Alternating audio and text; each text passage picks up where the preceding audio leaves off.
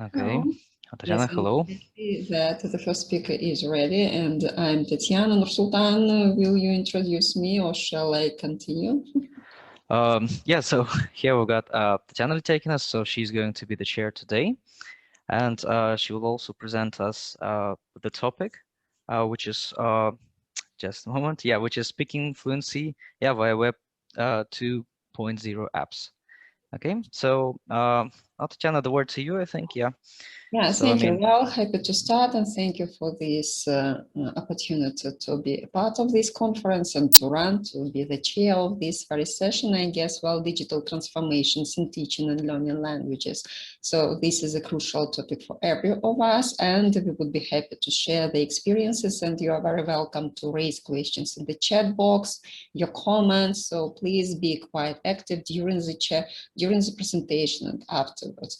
Okay, so the first word is given to Olga Bainova. I'm really sorry. Well, and she will say a few words about, or probably even more words about flipped classroom, which is absolutely the right approach, yeah, in teaching in digital world. You are very welcome, Olga. Thank you very much. Can you see the presentation?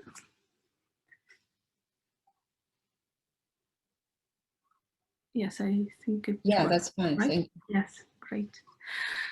Okay, thanks a lot. So my name is Olga Bainova, and I'm a PhD candidate at the moment at Graduate School of Education at Nazarbayev University. And I'm doing research on innovations in Kazakhstan and flipped classroom integration in particular. And today I'm going to talk about flipped classroom as one of the ways to transform teaching in the digital age. Of course, we've talked a lot about blended learning today, about hybrid learning. Yeah, we've mentioned different things that we can do in class. So I would like to introduce flipped classroom as well. And I'm going to talk about innovations in education in general, and I will explain what flipped classroom is for those who probably haven't heard that yet. So as I'm doing research on that, I will present the research problem that I found and the purpose and the research questions of my doctoral thesis. Then I will provide what I found in the literature regarding flipped classroom. And as I'm in the process of data collection and data analysis now, I'm not able to present proper results at the moment, but I will mention some things that I've already found during data collection process, which reflect things mentioned in literature review. And of course, I will be glad to answer any questions. I hope I will go through the slides quickly, and then we can discuss things if possible. Okay, so as we all talks about digitalization, and this is also part of the innovation process in education, I think we are all here at this conference because we all agree that educational institutions should evolve and should continue to develop innovations in order to meet the challenges of the world that is fast changing, that is unpredictable. And I think even though this quote is from 2017, it's even more truthful for today's situation. And education is the place where innovations should be born. And I think we try to innovate and we try to develop these skills in our students so that they can innovate further in their workplaces and in other spheres of their life.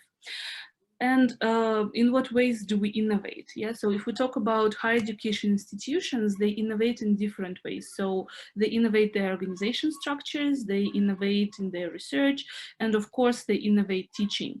And talking about types of education innovations, okay, there are three. There are institutional innovations that refer to some changes to some maybe equipment, to resources development and other things. Then we have curricular innovations, which refer to the changes in the programs, and of course methodological innovations. And this is what I'm going to discuss today, and flipped classroom is a methodological innovation. So for those who probably haven't heard of flipped classroom yet, flipped classroom is an approach which implies that all theory or all things that a student can acquire on her own or on his own should be brought out of the classroom, and the student studies that information in advance before he or she comes to class, and they prepare to participate in class activities by learning or just studying, going through that theory. And when they come to class, they come ready. So during the class, they apply those key concepts, that knowledge that they have acquired, and most importantly, they receive feedback in class from the professor, faculty member, instructor. Yeah, and then after class, students can go and extend this knowledge, extend their skills, and go to the next topic. How does it happen? Yeah, so the kind of basic way is to record lectures, for example, for those who have lectures and seminars in their classes, and or to record something that you spend time explaining in class, so that the students can do that at home, and in class you can do more higher order activities. So we can also discuss that, how we flip different courses. And as I was choosing the topic for my research, as I was really interested in innovations when I was an English instructor at university, and also when I was at my, when I started my doctoral degree, I also got even more interested in innovations in education. And of course, the most important thing why these innovations should be integrated are the changed needs of students, because students' learning habits change, students' skills change, and we as faculty members should address these needs, these new skills, and we should provide innovative teaching methods that can help them improve. And even though nowadays our education sphere improves and is improving a lot, some sources still say, or even though they are quite old for now, yeah, that Kazakhstan has a lot of conservative lectures with direct instruction. And even now, meeting faculty members from around Kazakhstan, I still can hear from them that even though the mode changed to online teaching or to blended teaching, still these conservative lectures take place. And it is a problem, I believe. So that's why I think that we really have this problem, and we have the necessity to change something in our teaching. And these innovative teaching methods like flipped classroom can help us shift from teacher-centered to student-centered approach. And as I'm studying flipped classroom, I also looked at the research, and I found that it's mainly studied from learners' perspective. And of course, learners are our center, and we should look at their perspective. However, teachers are those people who bring those innovations into the classroom. And I believe that looking at their perspective is also important, because they are responsible for these changes. If they don't change, then students will follow the way the teachers offer them. And in Kazakhstan, I found very few articles that explore flipped classroom, and they mainly talk about students' perspectives. That is another reason why I chose faculty members' perspective. And the purpose of my research is to explore faculty rationale and experiences when introducing and disseminating flipped classroom in Kazakhstan. And in order to achieve that, I try to answer 4 questions. First, is why question. Yeah, it's always a question. Why are we doing this or that? So I'm looking at the reasons that faculty members have to integrate flipped classroom approach. Then I also try to look at the process, how it happens, how they change from the traditional way of teaching to this new approach. And then I look at facilitators and barriers. So I look at facilitators that can help the adoption process and at the forces that can prevent teachers introduce a flipped classroom as an innovation. And of course, in order to answer these 4 questions, first I looked into the literature and searching for the reasons. The main reason is, as I've already mentioned, the shift from teacher-centered, lecture-based approach to learner-centered approach.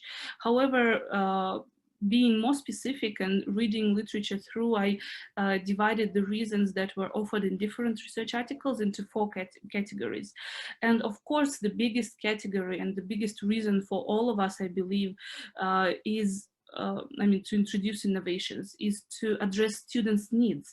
Yes, we all try to improve our students' learning, and that's why we introduce something new, we search for new activities, we search for new approaches, and to improve students' learning, to increase their interest, to communicate with them effectively, we introduce innovations.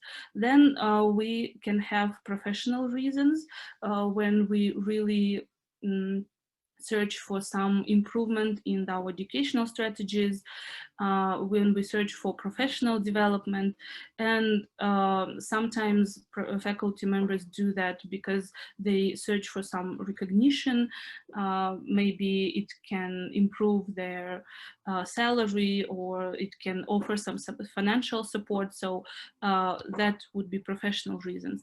Then of course there are also personal reasons, and as we are probably all faculty members here or teachers here, I think you all agree that we like challenging ourselves. Yeah, even though we try to search for easier ways of teaching, but we still do not stop at one place, yes, and we challenge ourselves with something new. And another reason, which was very interesting for me, is teachers' boredom, especially for those who conduct lectures. They say that they are just bored to kind of read or provide the same material again and again, especially when they have several groups to whom they should teach the same things. So that's amazing. And that is what I also hear from the faculty members in Kazakhstan. And of course, it's creativity, because we would like to develop our creativity, and we have some creative abilities, so we really like innovating when we do have this creativity. And there is also external influence, when some reasons that do not depend on ourselves come, and we should change our teaching.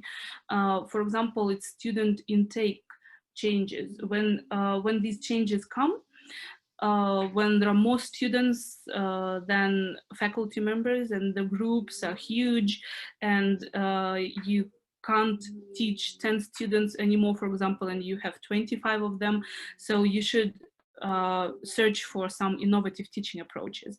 And also, when institution is reorganized and there are some changes that are introduced at the institutional level, you also search for some changes in your teaching. And there can be a demand from external agency. Maybe your institution tries to go through accreditation process, and these demands can influence your teaching and can make you introduce innovations.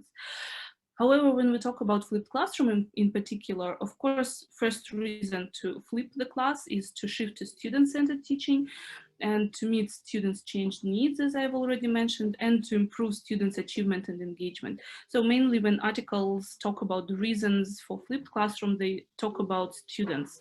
And I think that is understandable, because they are those who we are really eager to improve, yeah, to allow them learn by themselves. Then, as my second question is about experiences, I searched for the articles about experiences with innovations, and mostly when articles talk about experiences, they talk about students, about their motivation, about their learning, about their interaction with peers, with professors, and about their interaction and improvement of communication between instructors or professors and students. When articles mention faculty members or those who teach, they mainly talk about satisfaction, whether those people are satisfied with innovation adoption or not really, or they, for example, report the failure of innovation. And even though a lot of articles report the low level of innovation integration, they also highlight the perceived high necessity for innovations. And when we talk about experiences with flipped classroom, here we have more practical things. Yeah, they mainly divide into course procedures changes and new roles that both faculty members and students acquire. So articles describe course procedures, and they say what happens in class when this theory is flipped to out of the class time, and what improves. And also articles talk about roles of both students, that they become more active transformers of their learning, that they take the responsibility for their learning, and also roles of teachers, so that they shift from those who provide knowledge or provide information to those who facilitate the learning process, and they become mentors and provide individual guidance. And also when we talk about facilitators and barriers, I think my time is getting to the end. I will just say that while looking through the literature, I divided these facilitators and barriers into two bigger groups, which are external factors and internal factors. You can look at the categories, and external factors mainly are different types of support: institutional support, collegial support, professional development, then resources, so support with different resources, financial support. And all these factors can either facilitate the process or impede the process of innovation adoption. And there are also internal factors which depend only on the person who integrates innovation. So they are beliefs and interests, technological competence, autonomy and leadership, and professors or faculty members' own research. So if we talk about benefits and challenges of flipped classroom, also they are more practical, I would say. Yeah, so the benefits include integration of interactive activities, so that in class you can do different things. So you can do more creative things, you can work with the students, you can allow group work, you can allow problem solving activities, all those things. Then of course you can adopt the materials and provide materials for different learning styles. Then you encourage students to become self-learners, and students can study at their own pace, which is also very important. And challenges of flipped classroom integration include, but are not limited to, time. And I think you will all agree that time is our precious resource, yes, and very important. However, pay attention that only initial integration of flipped classroom requires a lot of time. And those people who integrate flipped classroom for several years, they report that they actually have saved time by integration this flipped classroom. So only through their first year or first semester, when they started changing these materials, changing the syllabus, so they they spent really a huge amount of time on that, but later they saved time, and that is essential, I would say. Also, students and teachers' frustration can become a challenge, especially if innovation is forced, and I think that is understandable. Then also lack of online teaching and learning skills can be a problem. However, I think now when we are all forced to this online and blended learning, we have improved our online skills, technological competences, and I hope it's not that big problem anymore. And appropriateness of flipped classroom for different course levels is reported to be a challenge because it's interesting that research says that we can that students who just come to university are not, so they don't have those skills yet to study on their own, while those students who are in their third or fourth year are can take up flipped classroom easier and can be more productive in flipped classroom approach. And I just before I finish, I just want to mention that, as I've already said, that research in higher education, research in flipped classroom in higher education in Kazakhstan is limited. And I show you these articles, which are from peer-reviewed journals and from international conference proceedings. However, there are just few more articles that are published within Kazakhstan or in some Russian sources. However, they're still limited. So I believe that this research it has its place and has its necessity, and I hope that maybe if you have integrated flipped classroom, you can also become an agent who will maybe encourage others to introduce that. And if you have practiced flipped classroom in your classes, I would be really glad if you agree to participate in my research. So some piece of advertisement in the end. So thank you very much. And thank you so much, Olga, for your presentation, and well, huge thanks that you have decided to run a research as part of teaching faculty, but not in terms of students. Yeah, so well, dear participants, if you have any questions or comments, you're very welcome. Nursultan, if there is any opportunity for us to unmute or just to use the chat box for questions, comments. So you mean you can't see it, right? Chat box. I'm thinking about participants, if participants are able to unmute themselves, yeah? Or no? So... Okay, so please, well, if you have any comments or questions to Olga, you are very welcome, because we've got a couple of minutes for her.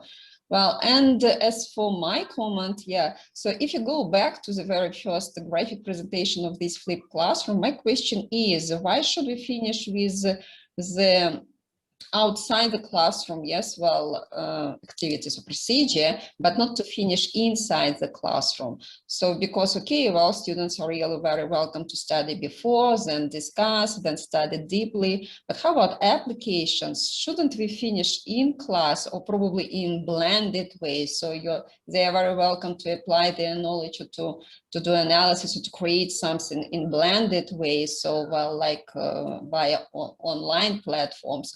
But it could be possible to show in the classroom. Am I right? Am I mistaken?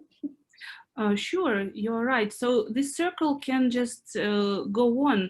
And of course, what they, as our class time is limited, yeah, so we can start in class and they can proceed at home. And if it is blended way, it's also, so I would say, considered after class, yes. So yes, of course, you're right that it's not the end of the cycle. It just goes again and again. It can proceed with the same topic or with the same material, or you can start something new.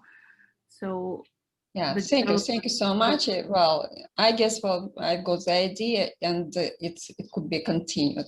So, and we go back to these unmotivated students. And again, well, it takes a lot of time. I absolutely agree with you from the very, very beginning. So my comment related to time. So it's really time consuming for teachers, first of all, well, to change their strategies, approaches. And there is a question from Solia Abdegabarova: how can we manage students who are not sometimes very engaged and come to face-to-face class unprepared for their online assignments? What, any suggestions at this point? Because, well, I believe our students with our culture and mentality, so they are absolutely not motivated to study on their own. So their lack of self-regulation skills, lack of motivation. So please.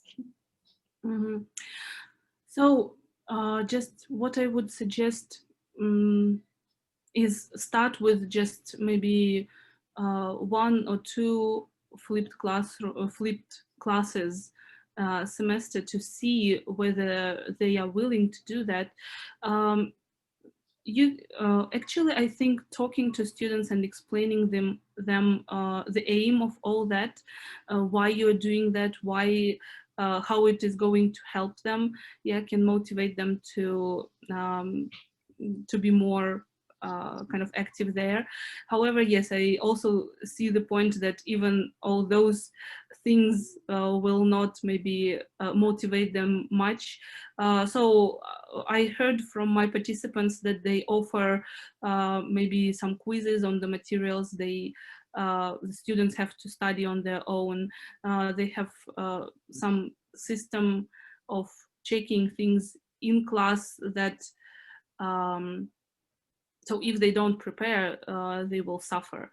Yeah, so punishment is the best key, yes, and strategy for us. Yeah, the same is true. Well, the question about Dinara. So, well, she has to review sometimes with the entire class. So face-to-face doesn't always work. You see, well, so somebody is prepared, somebody is not prepared, and your response is that punishment works well. Well, in my opinion, well, if we give additional credits for students who are prepared, probably it could motivate our lazy students, well, to be prepared for the next time. If they don't care, probably we shouldn't care about their progress as well. Am I right? Am I mistaken, people?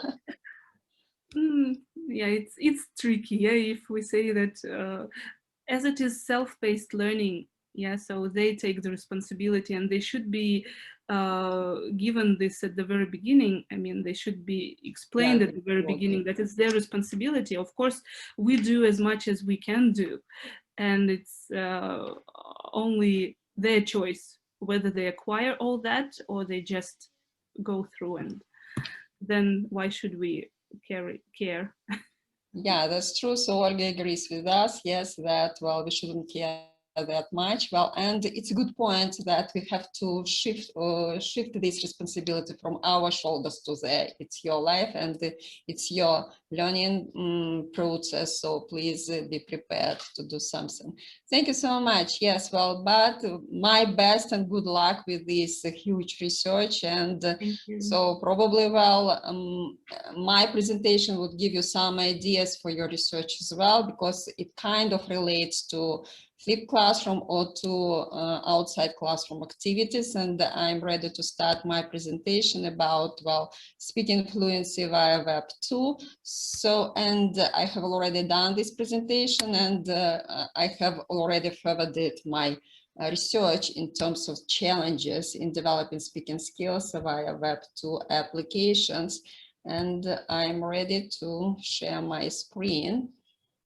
And thank you so much to Olga Ishenka. Well, every time I have good memories of your presentation with the help of Mirrorbot, and thank you so much for the tutorial you provided. So I'm happy to use Mirrorbot as a presentation tool. Thank you. So, and so this time, well, we keep speaking about developing speaking skills via web platforms. So the point is that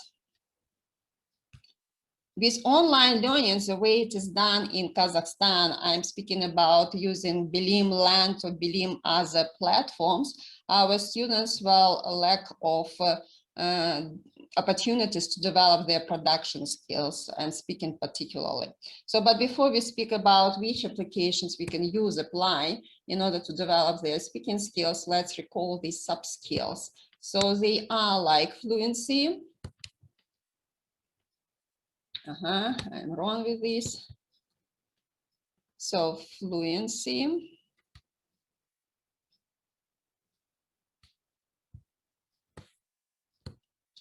Which consists of proper intonation, coherence, and meaningful content accuracy, and, well, the way we can sustain our communication. As for fluency, so I'm happy to share the experiences. By the way, well, I'm happy to share experiences of some teachers from Kazakhstan, since I'm the president of Association of Teachers of English. So I will use this opportunity, well, to grab the information to share with you. So this is the experience of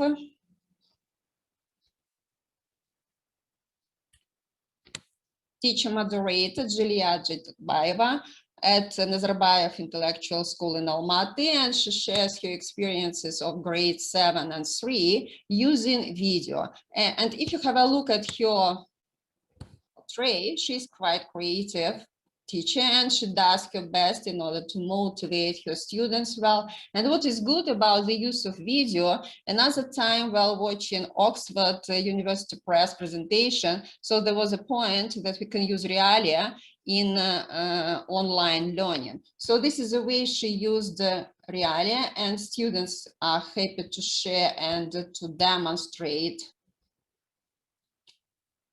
So I'm sorry, I have to finish, and sorry, because I need to switch on the sound.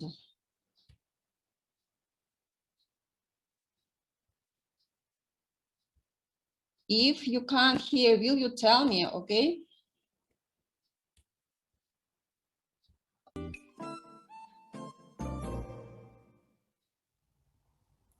Hello, my name is Kawsar. I'm 9. I'm wearing a white top and pink skirt and blue socks. Goodbye. Okay, sorry. So could you hear? Because well, I have some other samples of speech, and I'd be happy if you hear this. Yeah, it was like, yeah, It was very well. It was okay. So this is the idea. So you see that, well, our kids are really happy, and I believe that students at higher education, so they're happy to use video and to short this or that, well, video about their lives, about their possessions, or some other topics. Why not? So, and another application that is used to develop their speaking and writing skills is definitely WhatsApp, because, well, sometimes in our context, I'm speaking about, well, rural students who have to do their learning at home, and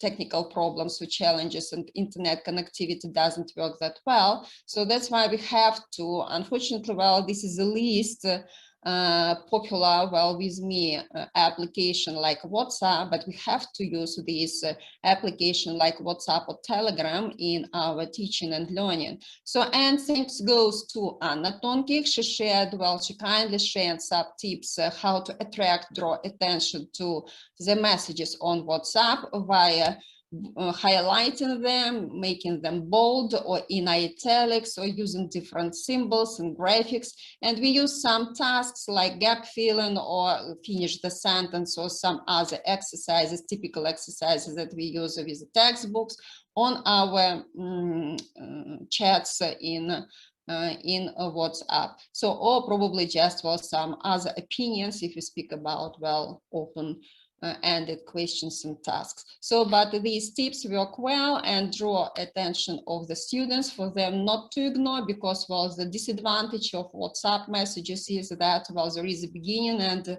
so there is no end, or vice versa. So, well, you might be lost in all these messages. So just to draw their attention, to make them note that, well, something is essential for them to do, not to miss. So these are the applications that could be used for to develop accuracy with our students. Yes, am I right? Yes. So probably, well, fluency, vice versa. So as for accuracy, so I'm happy to share another experience of mine. One more about fluency. And this is my favorite application, which is Flipgrid. What makes it favorite? So, and you are very familiar, you should be very familiar. There were so many presentations with Flipgrid, and it's really lovely application. Thank you to the authors and to the developers of this application, because it's really useful for both teachers and students. For students, so I believe that it's user friendly. So if you upload download the application on mobile or on the computer, so they have to download application in order to work appropriately with this application. So we try to increase and to involve our students with some engaging topics, with some topics that are of interest to them, could be motivating for them. So, and for example, like, people on my photo, I'm not going to show you this or that speeches of them, and so just episode. What is good about Flipgrid and its functions and options, so is that, and I strongly recommend my students. Hello people, now you are looking at the cutest picture of mine.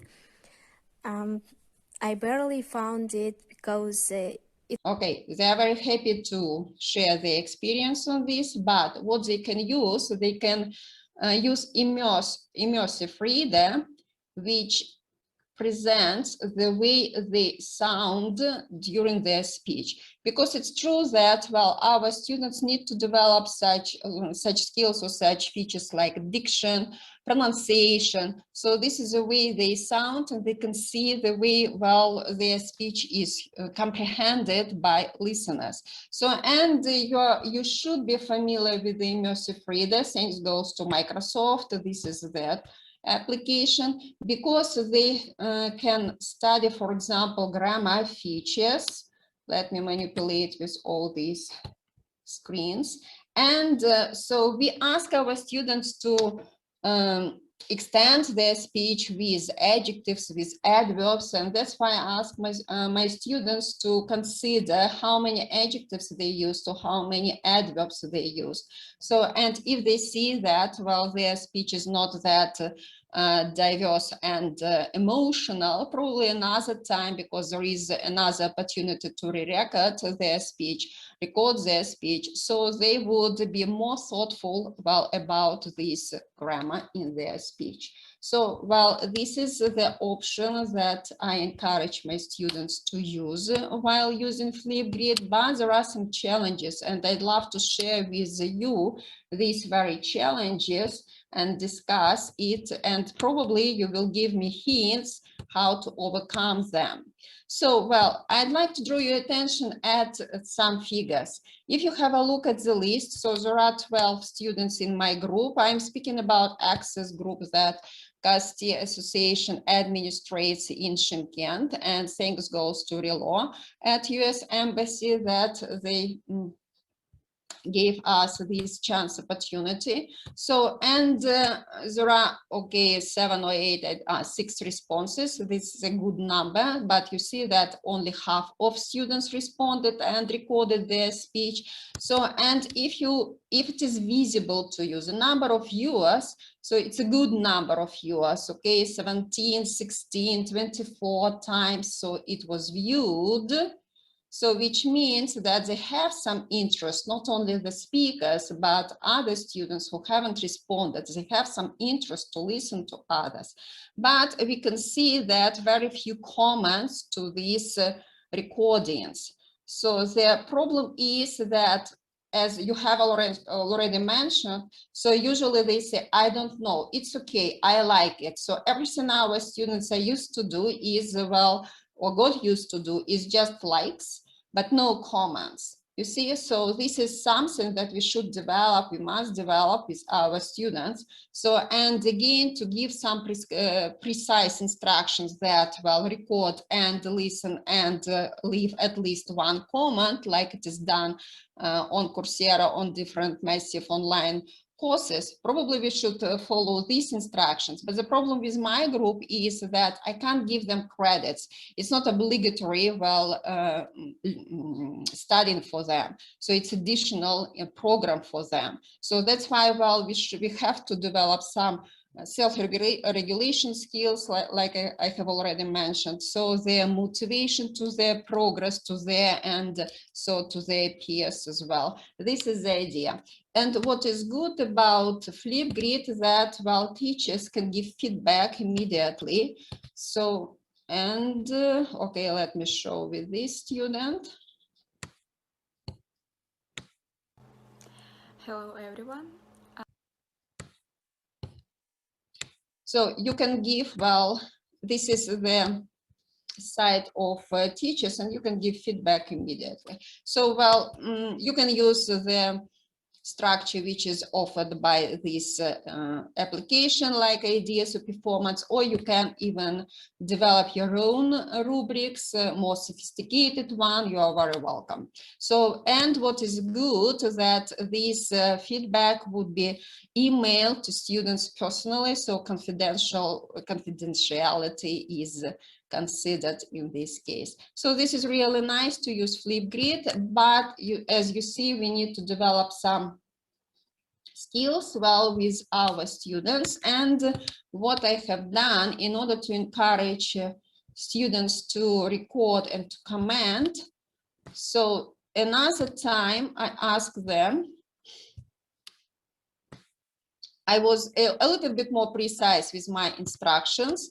Well, and with bullet points, I asked them not only to record, but use this or that piece of grammar, and then another task to listen and to write. And in case if they don't know how to do it, I give some models which they can use in order to comment on idea, on the use of grammar, or intonation or pronunciation. So again, well, it's like a model, a pattern for them, and it's going to be, well, another aspect to do research. So which patterns are mostly used with our students, because, well, online learning relates to connectivism, to the theory of connectivism. And in this case, students have this opportunity to learn from each other. So I strongly encourage students to learn from each other. Well, but in order to learn, well, to initiate a talk or writing, piece of writing, they need to use some language. So that's why, well, we would investigate which patterns are used in order to initiate, to support the talk, or probably respond as well. So there is something to investigate later. So, and as for accuracy, I'm happy to share another experience of mine with TESOL certificate program. And I used this tool like recitation and recording to practice accuracy. So on Canvas, well, I developed this course like literature recitation in cooperation with Richard Berg, the professor from Lynchburg University, and my huge thanks goes to them.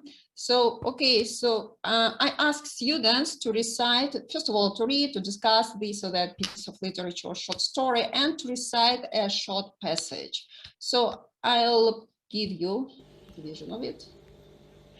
Now here comes the sad part of the story. At least my family says it's sad, but I don't think it's sad myself. So students are asked to record, to recite, well, this passage after they listen to the model, but I'd love to share some comments of the students after they have recited this passage. Recording your pronunciation, recording pronunciation, pauses, intonation was an interesting experience. It's good to identify mistakes while listening to own speech. It was difficult for me to convey the emotions of the author and at the same time concentrate on the correct pronunciation of words.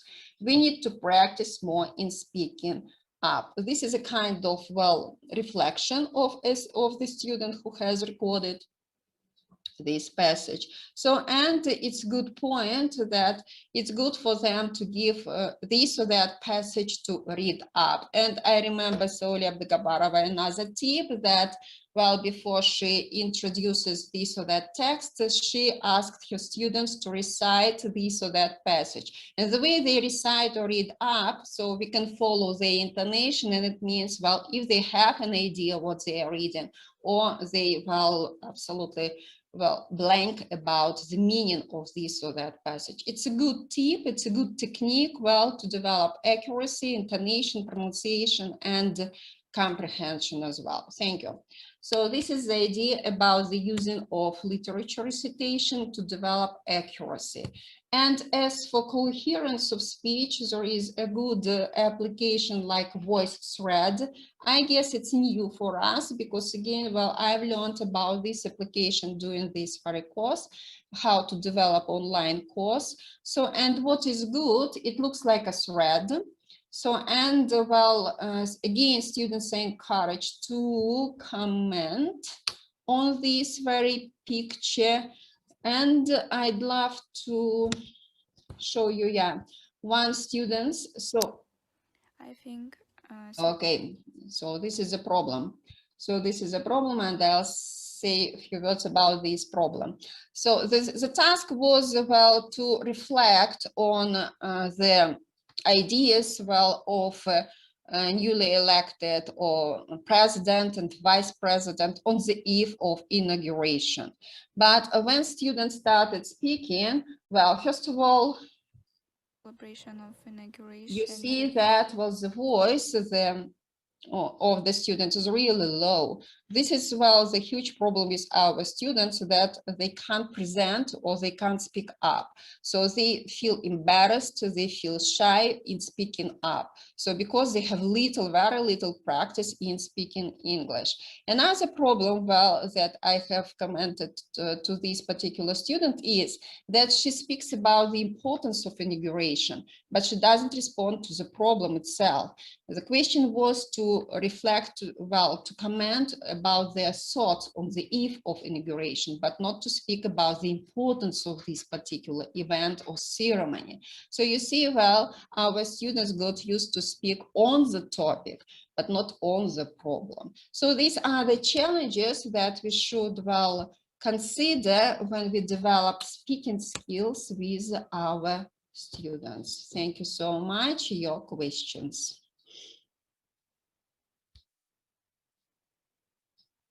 I should stop.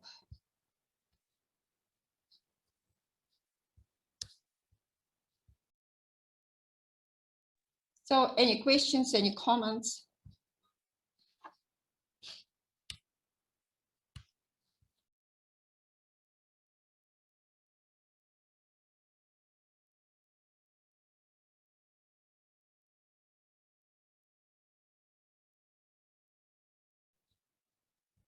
So there are some comments I should read from Olga. From Olga Ishenko, yes, I know Julia, she's a very imaginative, she's a very creative teacher. It's true. So another time I would be happy to invite her like a guest speaker, and she would share other experiences of hers. Okay, in case if you got interested in this or that links, I can give those the links to this or that application. Any questions?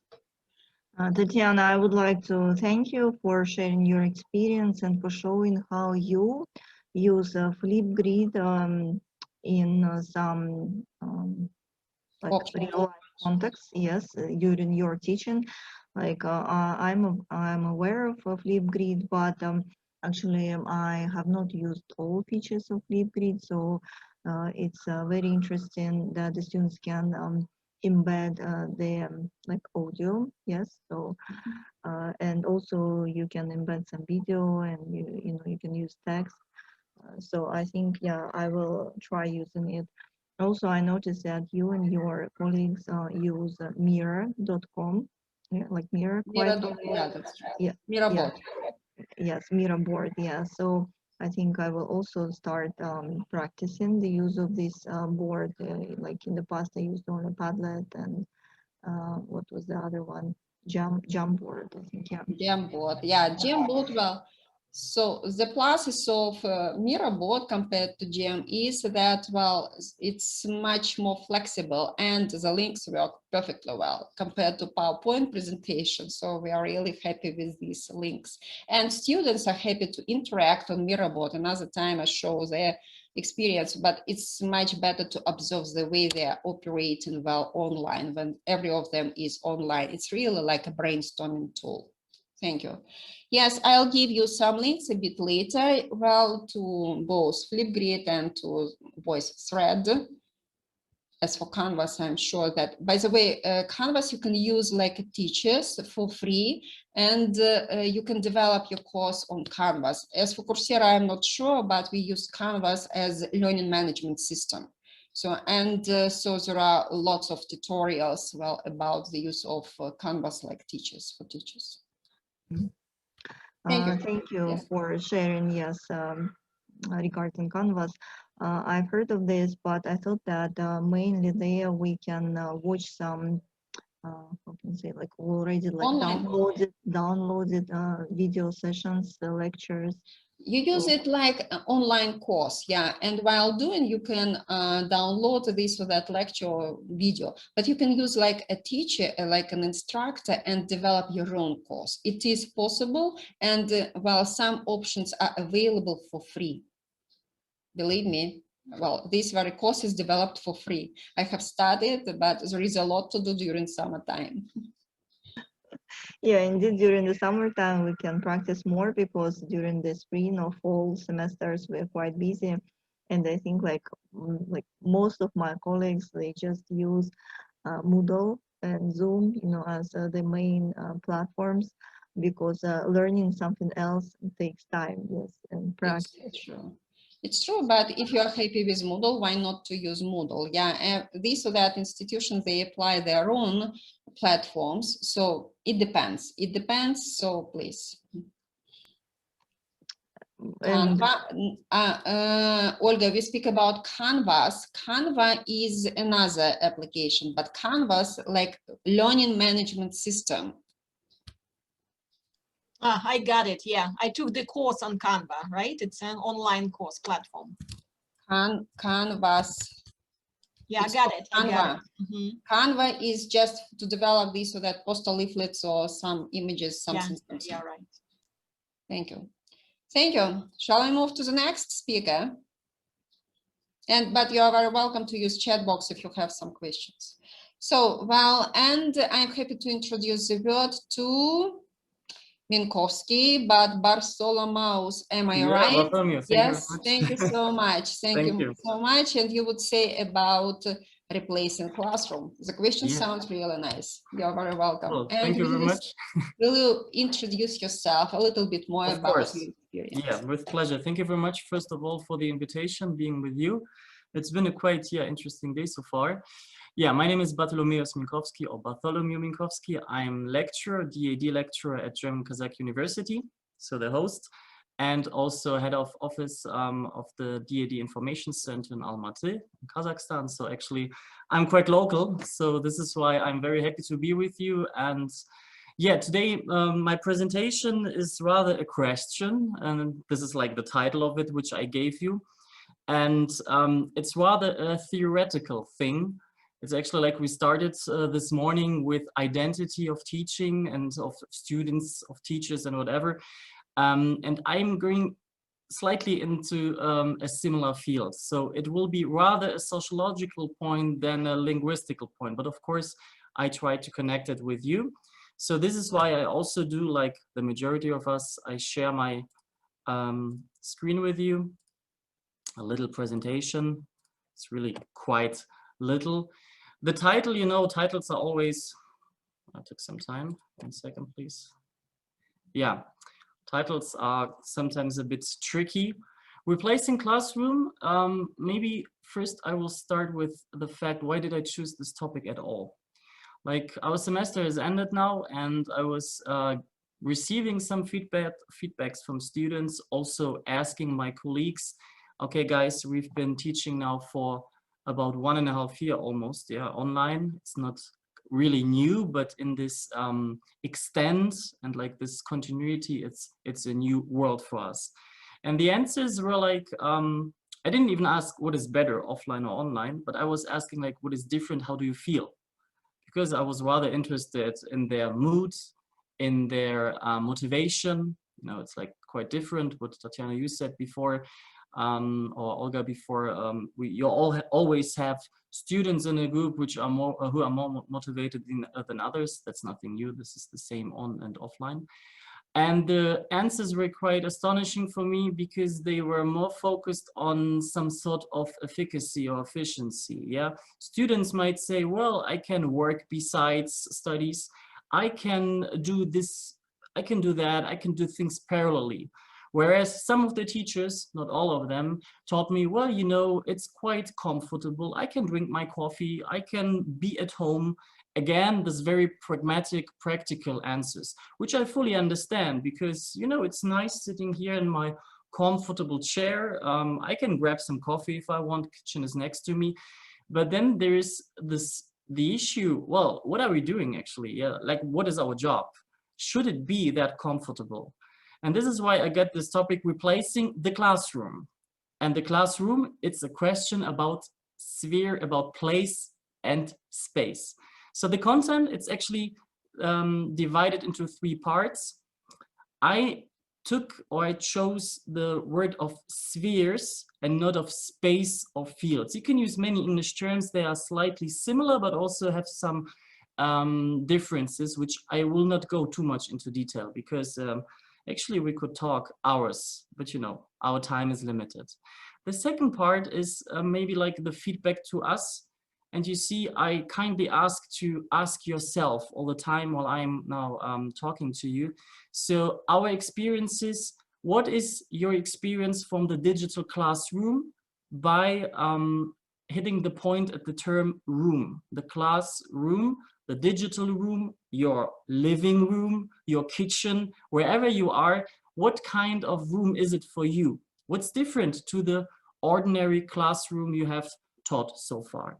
And the third part, of course, like almost every time, is there some sort of conclusion? Yeah, what can we draw from our experiences so far? What shall we do next after pandemic will have hopefully be gone? So I chose the term sphere once again and looked it once again up for me to be quite clear in Oxford Learners Dictionaries. What is a sphere? It's an area of activity, of influence and of interest. So this is why I did not choose the term place or even space, though space would be a bit closer. What I want to emphasize here in the sphere is the activity and the influence. Because teaching, learning, being in a social group is always some sort of activity, even if you don't do anything. It's the same about communication. And of course, there is some sort of influence, hopefully also interest. Even if there is disinterest, this is also some sort of interest. And of course, a second explanation, the particular section of society. And this is why I also like this term. Yes, because we are talking about society. We are talking about a group, about a society of education, of teaching. So the question of spheres, I chose to generalize it, to make it quite easy. 2 spheres, the physical one, which you can see, of course, physical in the very natural scientist way. You can touch, yeah, like this apple, you can touch it, you have this haptic moment. You can see, you can have the visual form, and you can hear. But it's different. It's different if you were in the classroom now. What you get here is some sort of interpretation via the needs of technology. So I chose 2 quotes. You can see one from from 79, quite old. The physical environment can mean, like for an example, a single factor like air quality or a few similar basic factors. Yes, so something which influences in our body. There's also a question of body and embodiment, which I will come later to that. The second one goes into that, what I want to ask you. It's like the physical, rather metaphysical approach. So the environment have shared characteristics in the interaction. Again, what I have been talking at the very beginning, the students, the teachers, the student teachers, the student, the student content, and the teacher content. So actually nothing new for you, but maybe we try today to reconsider this interaction, which goes into many ways. And this is the second one, which is then more clear, because here I really try to give the gap, the social sphere, which is also abundant. But here I just chose one quite simple phrase: teaching is necessarily interactive and people-centered. And the last part is that one which is basic for us all, I think, because what we have heard today so far, it was always, of course, about the centration of people, about getting their interest, yeah, about being committed, about showing commitment. And this social sphere, it's much bigger than it might suppose at the first glance. So in order to make it a bit more visual, yeah, again, the glasses, you know, we all try to use the tools in order to make the reality we want to present, the content, yeah, the interpretation of that to our students. So this physical environment and this scheme, which is, in my opinion, a very good one, it is centered because the physical environment connects all of it. The way we understand, the way we get something. And there is a very, very big difference if we get this information and the way we talk to each other. If somebody of you would be face to face to me, or if I'm just looking into my very nice camera. Of course, I can get a glance right to you, one of the people, but it's not the same. I don't say that it is necessarily worse in order to learn something, but it is a difference. And this is actually what's the, now the next scheme I show you, which is a mixture. It's a puzzle of experiences we've got so far. Here, I subdivided it into 3 spheres. I emphasize the acoustical one because we are language teachers.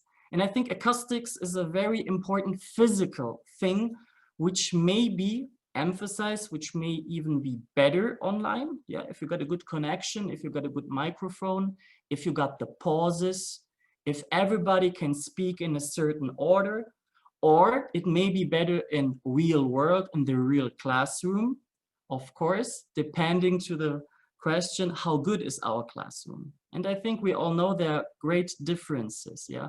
Acoustically, as far as the furniture is concerned, as far as the atmosphere on the physical side, air quality, and as far as the atmosphere on the social and intercorporate side is meant.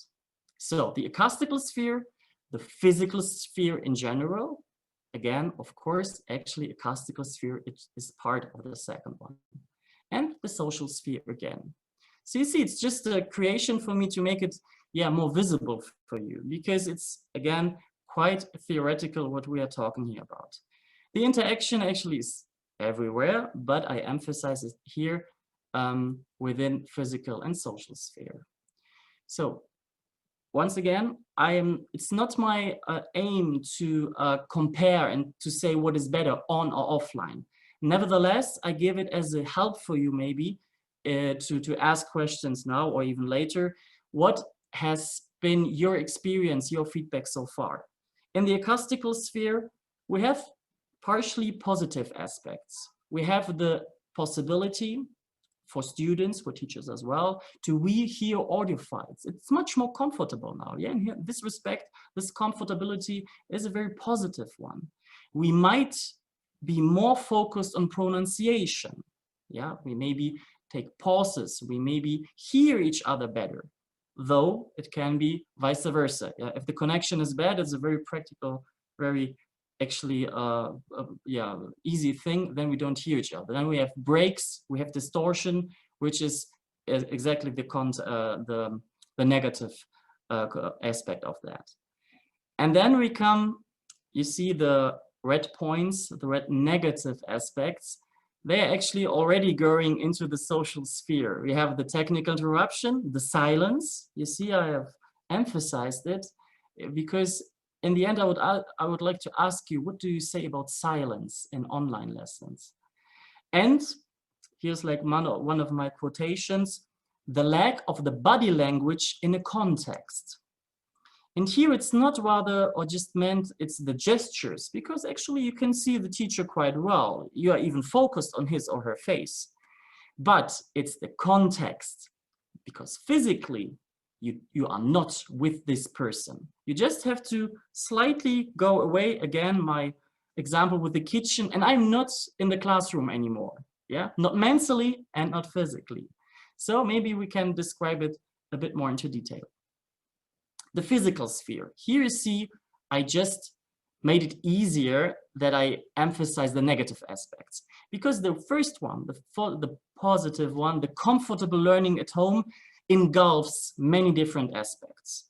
It can be comfortable, of course, in the methods and the meaning of teaching. It can be physically comfortable, of course. But nevertheless, there are certain lacks. And this is what I will come now, what I want to really point your focus on. There are certain lacks in terms of intercorporal dimension. I will come to that phrase because as you see my quotations, again, it's Mr. Friesen, Norm Friesen, an American scientist who really did good, in my opinion, very interesting work about the question of body and embodiment on the phenomenological side. What is teaching in a different surrounding? And he emphasized the fact that it's not just about the physical thing of hearing something better or something worse. It's about the interaction with other people, of course. Here we come to the social part again. But even the question, and this is rather ontological, where are we?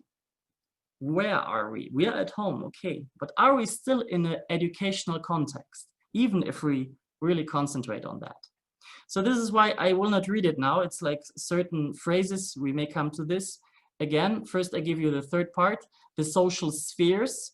There you see, like, again, it's just a mixture. I can slightly change it. Here are some positive aspects. Again, some of them were some of the feedbacks I got from colleagues or students. You got the flexibility, which is a very pragmatic point. Yeah, students can work parallelly or after the courses or before. Usually you can get quick responses, though again, this is a question, well, what is your goal in learning and in teaching languages? If it's just quick response, that might be some learning, especially for languages, which ends into an automation, which is actually not the goal we have, I guess. Another practical point, the time loss, which is now not existing due to commuting. Yeah, because you have to go to school, you have to go to university. It's a way which is not always comfortable. Yeah, again, the term comfortable. The question, please bear it in mind, is the way to university, to work, to school already part of education? And now the negative points. Here we have this interaction. This is why I put these two arrows there. There is no spontaneity of face-to-face, which is in a way correspondent to the lack of body language. Face-to-face is here some sort of helping students, and here I now stick to our language courses. You can give a feedback in order, in terms of repeating the question, repeating the word, emphasizing the word, changing your level of speaking, or you just watch the person. And there is, due to Hannah and due to Friesen, there is a difference if you do it via the camera, though the person can, of course, see you do the camera. But even if you address personally to him or her, it's a difference. It's not the same. And in generally, the last thing I added by myself, we have, and this is why we're asking, is already the way to university part of learning. We lost the academic sphere because we are not in an academic surrounding. We are not in a school surrounding. Maybe one thing I have to add, everything I have said so far is more or less focused, and also the scientific work focused on schools.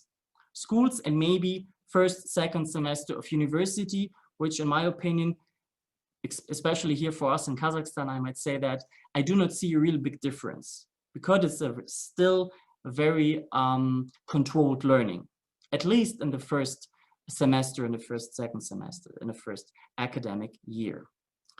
So what I want to say now, it's already 17 minutes, time runs. The question is, we lack certain dimensions. We lack the contact to contact. It is a difference if you reprimand a student via the cam, via email, via certain tools, which can be very good for practical learning. But it is a difference if the teacher is standing next to you, in front of you, behind of you. There is also some sort of order, of discipline. There's another issue, I guess, we all know, we have been talking about here today. What about the discipline of students? Yes, of course, a room is a place for discipline, is a space for discipline, by talking, by watching, and by being silent. And this is the last thing I want to add, silence. I give you just a hint. Usually, I guess it's like the majority of us would say, like, this is the fact. If students are silent during an online lesson, how we do interpret it? Usually in a very negative way. Either we think she is not available, she's gone or sleeping, or she doesn't know, or she doesn't care. But what about the productive thinking we cannot see? And in this respect, and this is maybe also for myself, as I'm also not only teacher, also student, I'm doing French lessons, and I see that it is uncomfortable for people to be silent. For me, for example, it's wonderful, because you need time to think, you need time to reconsider. And I guess there is maybe the danger for us to underestimate the meaning of pauses, the meaning of silence in a rather productive way. So this is maybe one personal point I put here. The last thing, what shall we do? It's a more or less provocative question, because actually I don't want to have an answer of you. Again, I chose two quotations of Friesen. You see, media can be wonderful, tools can be wonderful, but it's nevertheless a different perception. It's not a direct perception of the world around us. He arguments a bit normatively. You can criticize it. You can say, okay, learning in the sphere doesn't mean that we interpret it one-to-one. Of course, it's always that. His understanding is rather a hermeneutic aspect. So this is why you can always find a flaw in that. And the phrase I would end with, it's for me the best because it summarizes it. We may say that in the end, we become the space we are in. And here Van Manen uses the term space. Like here's like a bit influence of Wilson and Heidegger. We are part of the surrounding we are in. And I hope that you can imagine what I was talking about and the two questions I gave for you. First one, have we ever really appreciated the significance of the classroom, the surrounding we are in, even if it's bad or if it was bad? But did we really appreciate it? And I do not mean if we had a wonderful desk I have here, for example. Yeah, we can simulate some sort of classroom at home as well. But did we really appreciate it? Not on the technical part. Let's put it on the meta technical part. And the second thing is actually my question. What do you think will the classroom in future time as a sphere or a space finally be replaced? Will it be hybrid, as we have been talking about today already? Or do you think we will come back to roots because we are humans after all? So these are my Thank you so much. Yeah, my immediate response would be I prefer blended, even not hybrid, but blended. Yes, and thank you so much. Well, Bartholomas, yes, I am really sorry for my mispronunciation of your name, but you raise really crucial, aspects, regarding classroom. And we do miss a classroom environment and the sphere rather than space. Yeah, so, and now we have understood, how much we appreciate the real classroom. Well, dear participants, if you have any questions, comments, please, you're very welcome, because yes, it's really tricky. Well, Tatiana, I do have a question. Please, you're welcome, Sonia.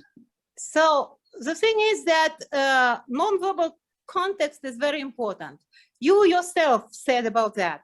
How can it be substituted in a digital environment? And this kind of a tricky question. Do you dress up for your remote and your students as well for your remote or Yeah, distant it's a good classes. point. Yeah, it's a good point. I do it for, the thing is, let's put it like this, not only in the teaching context, I do it for myself as well. It's, of course, there's a reaction, but this is maybe what I was, I don't know if I really mentioned it before, when I said I'm a bit in danger that really gets a bit lazy, idle in the way. It gives me the feeling, okay, this is a serious situation, still serious in a positive way. The pupils or the students demand something. I demand something for my students, so I should give them the respect. It's actually a social thing we all know. It's just replaced now into the digital world.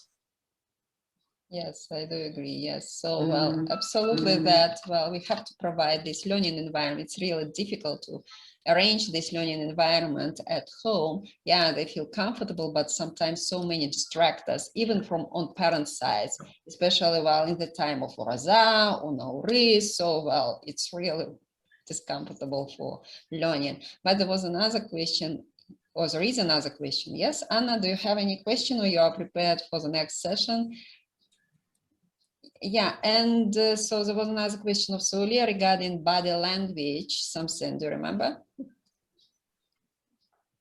So, well, you've mentioned that we lack body language in online communication, but my comment related to that they are really good at use of signs, symbols, emoticons like this. So can we substitute body language with this stuff?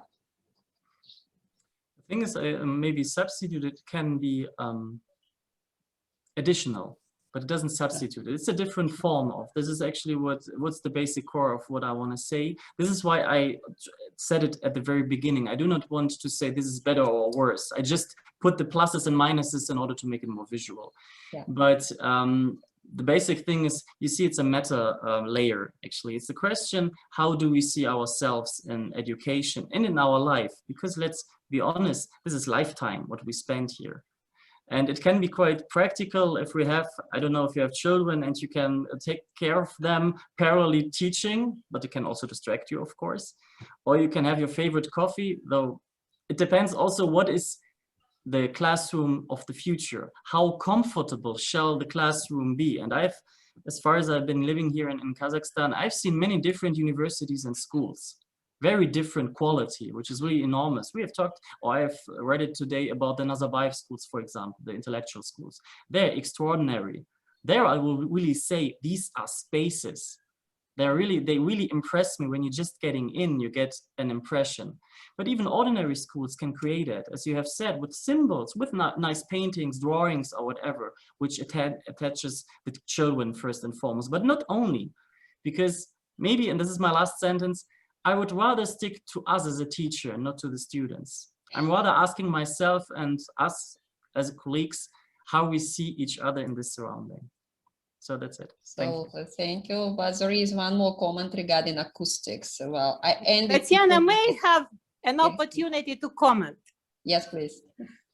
You see why I asked the question about non-verbal part. It's because it's a big portion of communication. Like some scholars claim it's 65 up to 55%. But we teach languages, which is a tool of communication.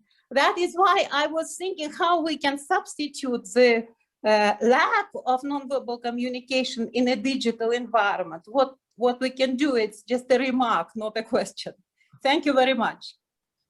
Yeah, that's true. Yes, and there is another comment of Solia in the chat box, if you can see. Yes, so yes, we do agree that classroom communication is relevant for creating personal and group relationship. Yeah, and we miss this opportunity.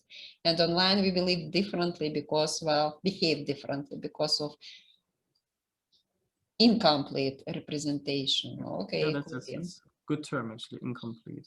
Yeah, and final comment regarding acoustics. Yeah, I have already said that, well, I envy those people who have got good internet connectivity. I'm just happy if my student says something with wrong pronunciation, because another second they must be lost, you see. Yeah, that's sometimes just grabbing, the moment that you can catch them. That's true. Okay, thank you so much. Yeah, it's really, well, lots of to think about and to consider. And let me introduce another speaker, Anna Tonkich. Well, and she will give some strategies, techniques, how to motivate non-interested students. So her topic is engaging the disengaged, motivational tools, exploring the relationship between Kazakhstan. Okay, Anna, you're welcome. Well, this last part, oh, sound check. Can you hear me just fine? Right, okay, thank you. Thank you for inviting me to speak here. As I, unfortunately, there is a typo on the program. My topic ends at the word engaging the disengaged, motivational tools. This extra text comes from another talk somebody's delivering in another room. So just a technical mistake. It's funny, as the previous speaker was talking and commenting on how he dresses up for the class, and that we need to create special classroom environment. I was just finishing applying my makeup. So I absolutely support the speaker that the teachers as well as the students need to come to class prepared. Also earlier, I've noticed comments in the chat that the flipped classroom doesn't work sometimes because the students are not engaged, that they come unprepared to classes, and that ruins hours of preparation that the teachers have spent. So today my talk would be on tools, motivational tools that can hopefully assist you in engaging those learners who are less engaged. For my talk, spoiler alert, we need mobile phones. So if you're at your computer right now, please prepare your mobile phone. That would be just our work will go faster.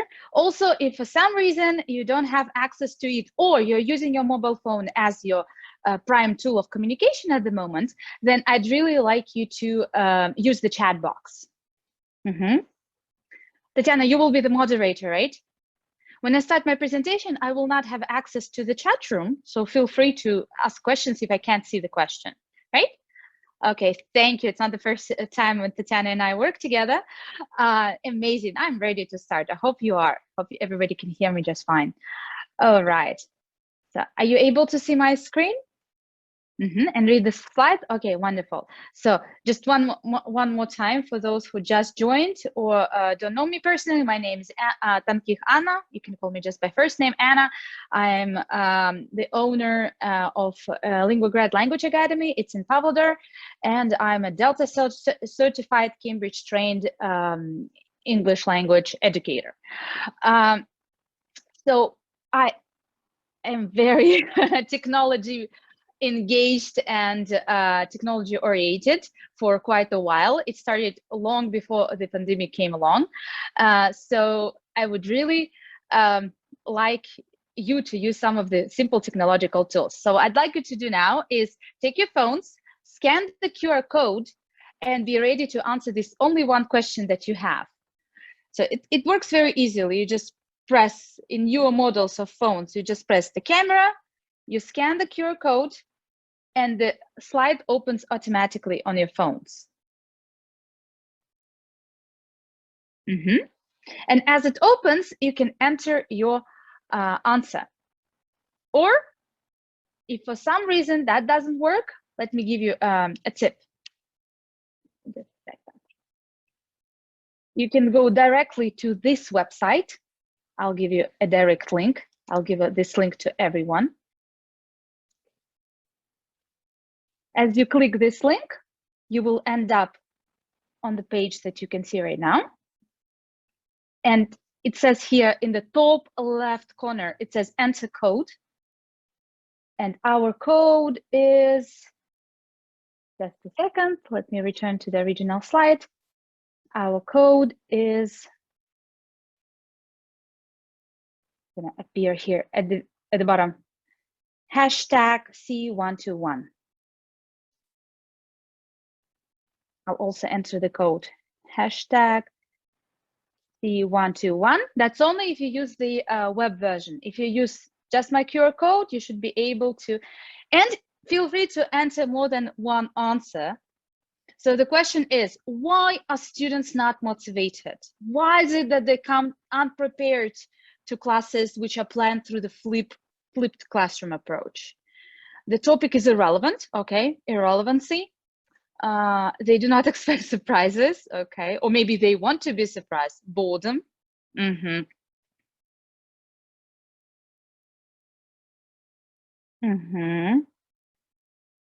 Okay, boredom, they're overloaded. Thank you I appreciate your participation. They are distracted, of course. Yeah, that's definitely technology. In another room of the conference, somebody mentioned that there are lots of disengagement happens because technology and mobile phones are involved, and we need to do extra monitoring. The methods could be boring, not fun, overloaded. The instruction is complicated. Complicated. So instructions are not simple enough. Maybe not enough visuals, not fun, not motivated, overloaded. Wonderful, great. Thank you for your input. Absolutely. Well, that's definitely the thing, that lack of fun, lack of structured instructional approach, lack of relevancy results in the fact that they're not motivated. And in an online classroom, that could also be a big problem, because there is one more construct that is now involved more than ever. More than ever in this last year, we've experienced a totally different environment. And this environment calls for this one thing. And this thing is the following. Just a second. Same thing, please join the quiz. There should one question appear on your screens.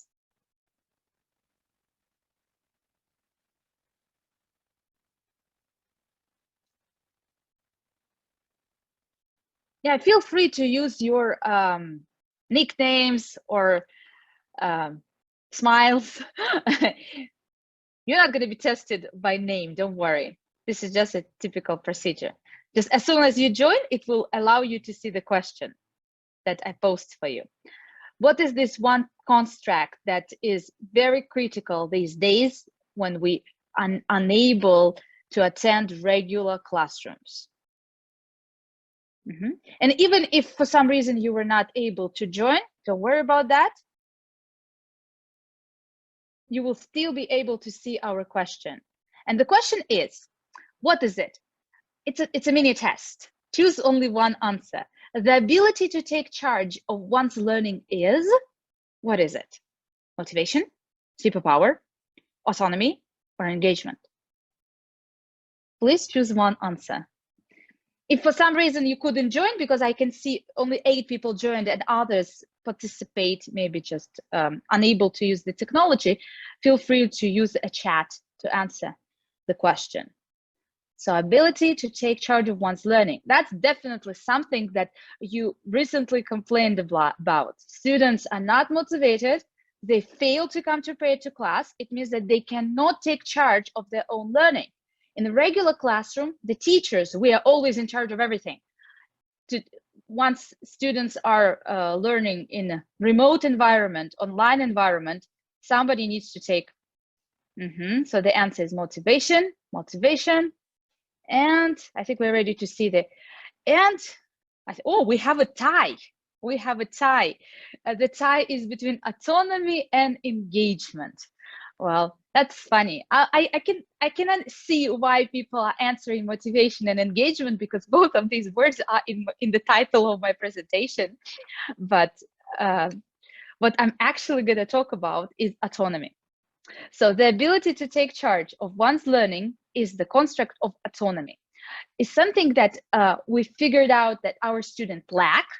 They don't have it, but all of a sudden we expect them to have it, even though we never taught them to be like that. Wow, and we have a winner. Congrats, Tatiana. You can see the screen.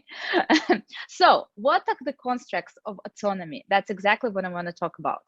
The basic definition is exactly the one which you have seen.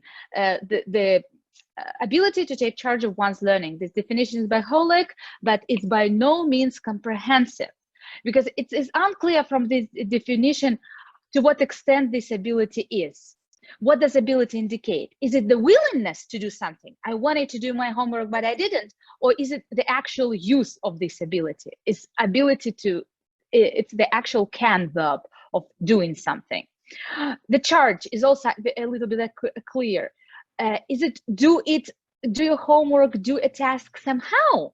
Just to do it for the sake of doing, or do it in a most efficient way? Do it in the most creative way? What is it about? Of one's learning? Who's learning? Whose decisions are we talking about? Are these decisions informed, conscious, or the student just following everyone? And the feelings, how the student feeling. You mentioned many times the students come unmotivated. So that's a question of whether they do or do not have positive feelings and confidence towards what they're doing in class. And that's also the construct of interdependence. So in order to really talk about autonomy, we need to take into account these factors: the willingness to do something, doing something in the most efficient way, and making informed decisions. Okay, this animation doesn't really need to be here. So it's not just motivation, it's not just taking charge of your learning, but today it's taking charge of your learning in an online environment. So this is a completely different construct. On the picture on your left, you see a person who uses the technology autonomously, independently. If you ask your learners to use their mobile phones, computers, tablets, other media, pretty much anyone is able to use a remote control, turn on the TV. Pretty much everyone is able to use a phone, send a text message, but not everyone is able to learn autonomously with the use of technology. That's not something which comes as a given. That's something that needs to be trained in learners. And not every teacher takes this into account. So I want to do a mini task with you. The task is, please, I told you not to leave your phones. Scan the QR code and it will take you to a separate page with 4 different scenarios. Alternatively, if for some reason you cannot scan or something, I'll give you a direct link. You can click the link directly in our chat box and be taken to this page. Alternatively, option 3, if there is any problem with the link, you could just see the task on your screens as it is right now. Here's the situation. You get an upper intermediate level general English group. There are 4 students in your group. Their names are coded Vladimir, Ivan, Tanya, and Masha. They received a task to learn the correct use of one conditional sentence type, and teach it to other students. They had 1 week to complete the task, and they were told, you can use any internet resource, any digital tool to do so. And this is what they did. 4 different people did 4 different things. The question is, who demonstrated the autonomy in learning? Please write your name, your answer to the chat. Read the 4 situations and write the name of a person who acted autonomously, who demonstrated autonomy in learning.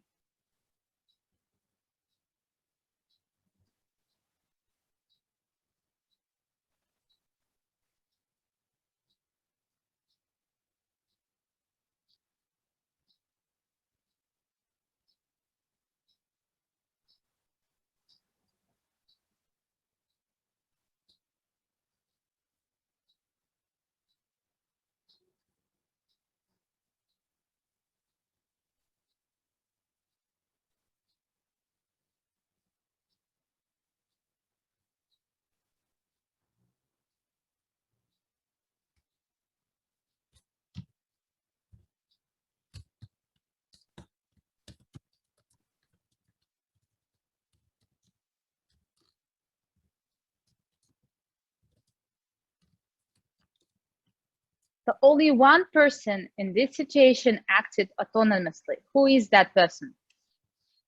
Was it Ivan, Vladimir,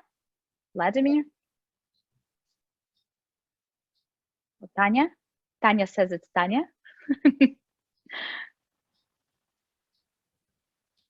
Mm-hmm.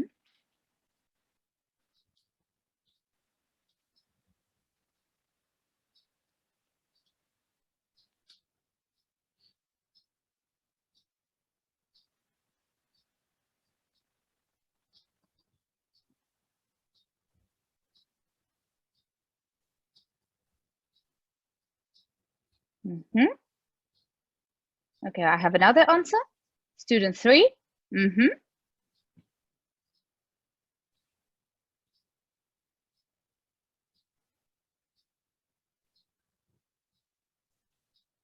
So you don't think Masha did the good job? Masha looks like a real teacher to be, because she took it so, she planned it out so well. Tanya. Well, you're right. You're right. Actually, both girls demonstrate characteristics of autonomous learners.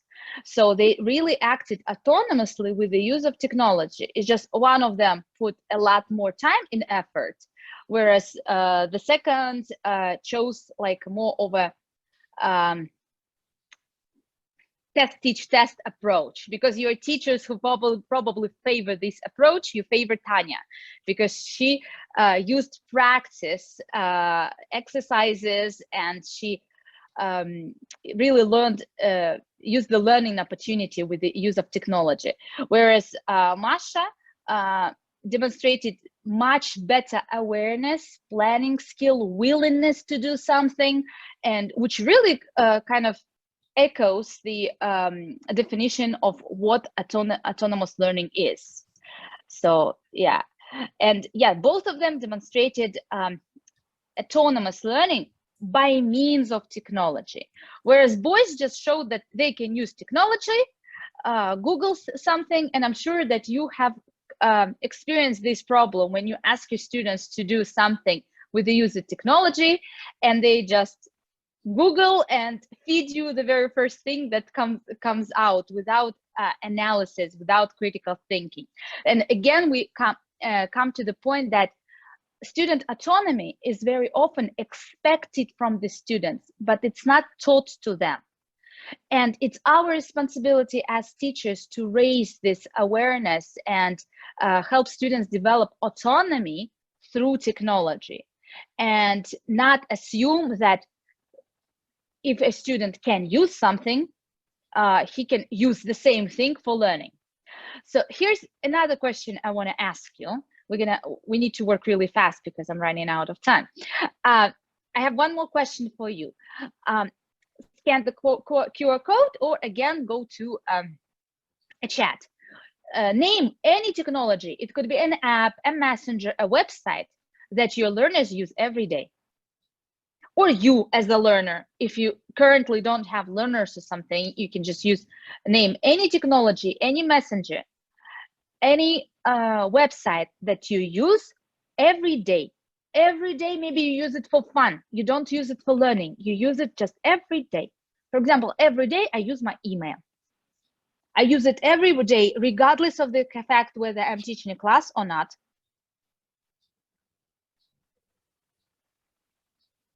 Some people use WhatsApp. Lots of people use WhatsApp, YouTube.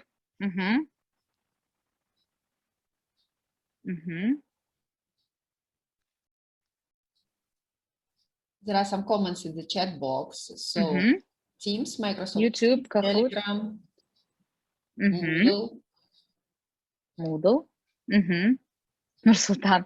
Yeah, everything counts, but just the point is about technology enhanced use. You probably use video editing, yeah, InShot, iMovie, messengers we use every day. So even if you use it for fun, like, oh, I use Netflix pretty much every day. So I would maybe even, you can always add a response by clicking add response. even though Netflix is not really technology, but it's a website I use. Right. So, and that's the point. Here is the everyday technology is very often not learning-oriented technology. So most people use YouTube and WhatsApp and messengers, which the original purpose of which is not education. The original purpose of all these platforms, all these messengers, is just to entertain. So here's a suggestion. So why do we keep introducing new websites to our students when we can just exploit the existing ones? In order to integrate, even like Flipgrid, I'm sure that in flipped classroom, many teachers use Flipgrid. In order to teach my students how to use Flipgrid, I need to invest time. And earlier, 2 speakers ago, we were told that time is always a crucial factor. We often don't have enough time to learn and train our students into the use of new technology. So I found out this year that it's better to skip the step of learner training and trying to introduce new websites, new technology, new approaches to learning vocabulary or practicing grammar. And I just stick to the resources that students use every day, regardless of the fact whether they have a class with me or they don't have a class with me. Like WhatsApp. WhatsApp is a messenger they use every day, and it does not restrict me or any one of you from practicing reading messages, speaking skills, answering questions, listening to other people answering and replying to them, practicing grammar, spelling, vocabulary, function, pretty much anything you want. Those who still have the phones and the QR can read the QR code. If you scan the code, you'll go to a page which will give you a suggestion on 25 practical applications of WhatsApp. And you won't need to explain to your students how to use a Flipgrid platform or any other platform to record a video, because they know how to record a video in WhatsApp. And that really saves time. And that taps into the fact that they will use the technology autonomously. They already know how to use it, but you just enable them to learn English through this technology, which they are already very familiar with, thus saving time, saving effort, saving your nerves. It's like one way of saying that. I'll skip this point. Or same could be said about using just very simple tools. Every single one of my students has a smartphone or a phone, and I'm sure every single one of your students has one. And very often these phones are not up to date, or they cannot open certain applications. Maybe some of them cannot even read a QR code with their phone, but they still have plenty of things that they use every day as users. Every day as users, they, for example, they just open a phone and check the weather. So why not to instruct your students to change their language settings to English on the phone? And now whatever they do, they will be bound to learning English, because everything will appear in English to them. And instead of recording voice messages, maybe they could record a voice to text message, which again motivates them and also saves their time. Earlier you said that students are often not motivated because they're overloaded. So asking them to write an essay, we often fail. But what if you ask them to compose an essay and deliver it to you in any other by any means? Many students will likely record a voice message and then transform it into text. It's really time saving.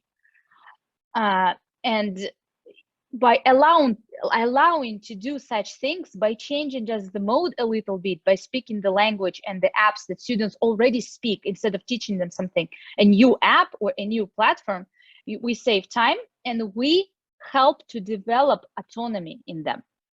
So back to autonomy. There are 6 basic steps into how to encourage autonomy in our learners. You can see them on your screen.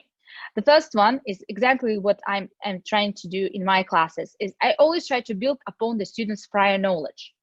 So building upon their existing schemata. They already have knowledge about how WhatsApp works. So instead of introducing a new messenger, which may be even more English friendly, I just choose to use the same messenger. If they're more familiar with using Instagram, I do not insist of using Facebook, things like that. So ask your students what technology they're already familiar with and try to run from there. Then, of course, next one is, of course, choosing appropriate context. That makes sense, right? I'm shown that I'm running out of time, which is absolutely fine because I'm done. And you have other things, other 4 steps to go. Allow choice, just like I did. How did I, in my talk, compensate for the fact that not everybody can scan a QR code? I always give an option, or 2 options, or 3 extra options, how you can still participate. So it's all about allowing students to choose and building upon what they already have. Because if we allow the freedom of choice in activities, in the deadlines, in the tasks, in the choice how they deliver the task to you. So instead of handwritten, maybe it can be a voice message replicated into text. This all works towards building better autonomy. That's it. Any questions? Thank you so much. Yes, well, it's really, my question is, have you patented these ideas? I guess, well, it's your product. I'm sorry? Have you patented? No, Why no, not? absolutely no. Education should be free and available for everybody. So some of these ideas, of course, are borrowed from a colleague. Some of these ideas are mine. I use them in my classes, but I'm willing to share them with you. And if any of you were unable to scan a code and get to the 25 exercises with WhatsApp, I'll make sure that you have a link before I leave. Thank you so much, Anna. So, well, your comments, people, yes, and some of us will use the chat box during your activities. So, your comment that students' friends might not like chatting in English. Well, right, that's fine. That's true. The students' friends may not like that, but is it too much of us to ask and put all the students in your class in one group, and because they're all learners of the same group, they will be bound to do it in English? That's true. So one of the tips today was to have informal chats with the students. How do you feel about it? Oh, very positive. I'm very positive. I'm always about realistic applications and meaningful language. So I'm not a kind of person who teaches Araking. As much as I respect this course book, it's so much not up to date. I prefer to teach a live language. And if my students approach to me with something they heard on Netflix or Instagram, even if it's very informal, I support that because that shows that they have interest. Yeah, thank you so much. Yes, but sometimes I review Arakin because of the proper exercising, you see. So sometimes our students need this exercising. Thank you so much, Anna. Yes, I guess, well, most of the participants find your tips very helpful and they will try in their teaching, definitely. And in case if they have any questions or comments to you, so they can easily contact you. And will you please provide with your contacts in the chat box? Sure. Thank you. And well, yes, we are around all the time. We are running, and I'm happy to present Sinclair and his teaching this course, language transformations. Yes, well, it's really very important issue these days. You're very welcome. A few words about yourself, please. I have no information. Sorry. Okay. Yes, my name is Seth Sinclair. I actually recognize a few faces here, possible from other presentations that I've done. So I've been an English language fellow here in Almaty, Kazakhstan, where I'm located. Currently working with Keynote University. I've done lots of teacher trainings throughout the country and throughout the region, as well as in the Middle East, the Americas, and many different areas. Today I'm going to be focusing on bridging the gap. And I will tell you what that means in just a minute. Yes, I wanted to make sure I had actually access. There we go. Okay. So everyone can see my slides, correct? Okay. So when I'm talking about bridging the gap, I'm talking about crossing the screen, you know, making it feel more real, to make it so it's just a little easier for us to communicate with our students, specifically in a foreign language. It makes it much more difficult. So what is bridging the gap specifically? Okay, it is, you know, the screen gap. It's a digital divide that makes people forget that they're interacting with real live humans. And I know many of us have had that if we've been working with our students. You know, it's just, you know, here's a simple joke that I came up with that I was thinking about, like, oh, this show is so boring. Can we watch something else? And the teacher says, well, no, this is a Zoom lesson. And sometimes they forget that you're real live people. And so this is to bring it back, to bring that engagement level a little higher up as well. So that's a goal, and I hope you find some of this useful. So in general, which do you prefer when you're engaging with students? Would you prefer screen A, screen B, or live person? Obviously, most of us would be a live person if we could have that option. But in general, we want to have the communication level with our students and have that face-to-face contact as much as possible. And so I'm going to talk about some ways to help with that as well. Okay. So, you know, when you see a class like this and you walk into it, what would you do in a regular classroom to affect this, to make it better? So this is interactive for anyone to answer. What would you do if you saw a classroom that just was really, really bored, in-person classroom? What would you do to liven things up, to wake students up a little bit? I'd shriek at them. You'd shriek at them.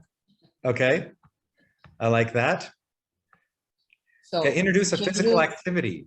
I like that. Introduce physical kinesthetic activities. There is the comment from Anna. Small group discussions and games. Okay, I like that.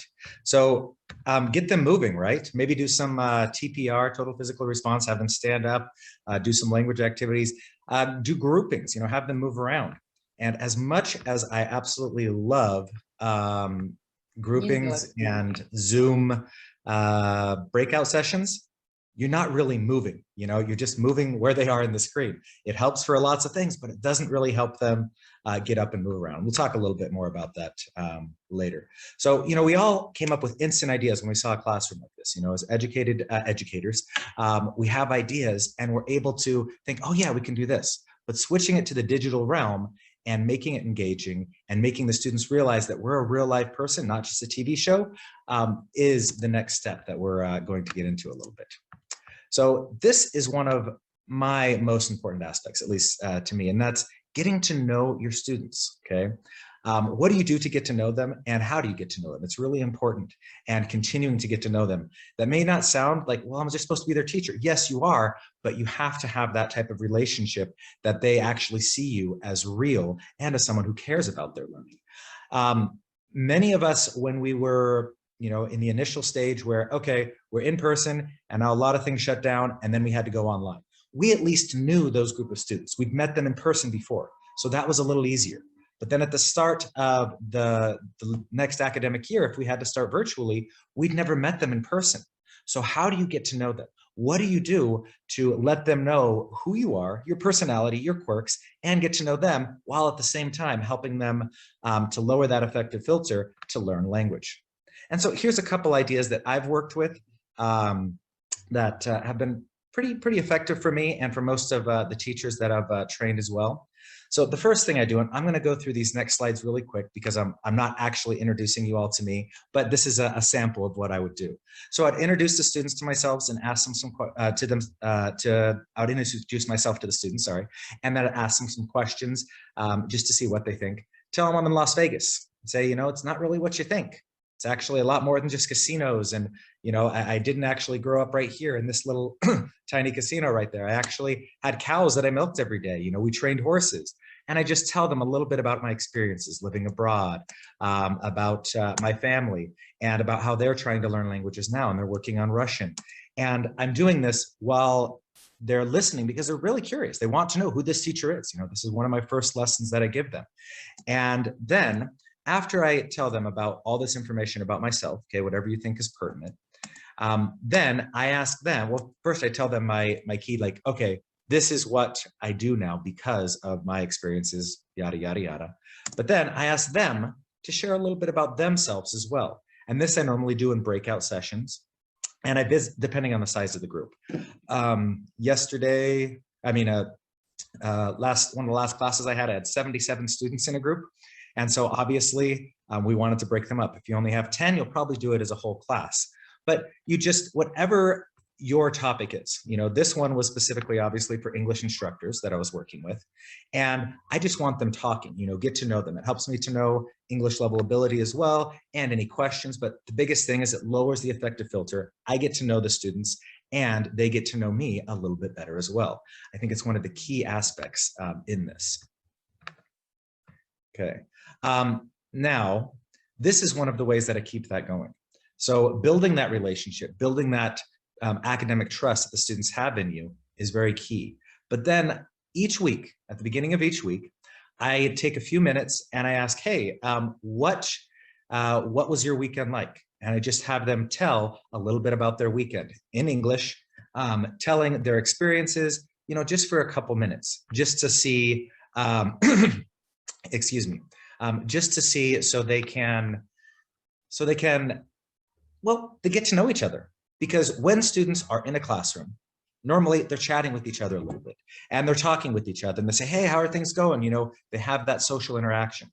And a huge part of language instruction is that social interaction as well. And so this kind of develops that chance for it. Now, this second part is a key that I always try to focus on as well. Whenever it's possible, try to weave something that you learned about the students into the topics you discuss that week so that they know that you're paying attention. And not just that, it creates more buy-in. Kind of like the previous presenter talked about, you know, don't just use new technologies that they're not familiar with, use the ones that they do know how to use. So use, you know, Twitter instead of Facebook or something that they're familiar with. It creates more buy-in, but you're trying to bring in what they talked about into the instruction. So I want to take a minute. What other things do you guys think of could you do to help bridge that screen gap, help make students realize that you're a real life person while still teaching, while still instructing them, you know, the linguistic knowledge that you need to?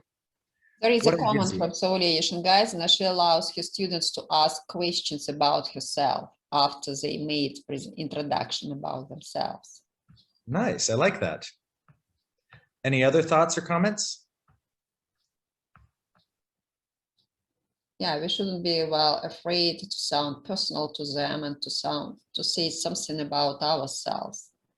I complain when dealing with challenges, so it's from Olga Sudibor.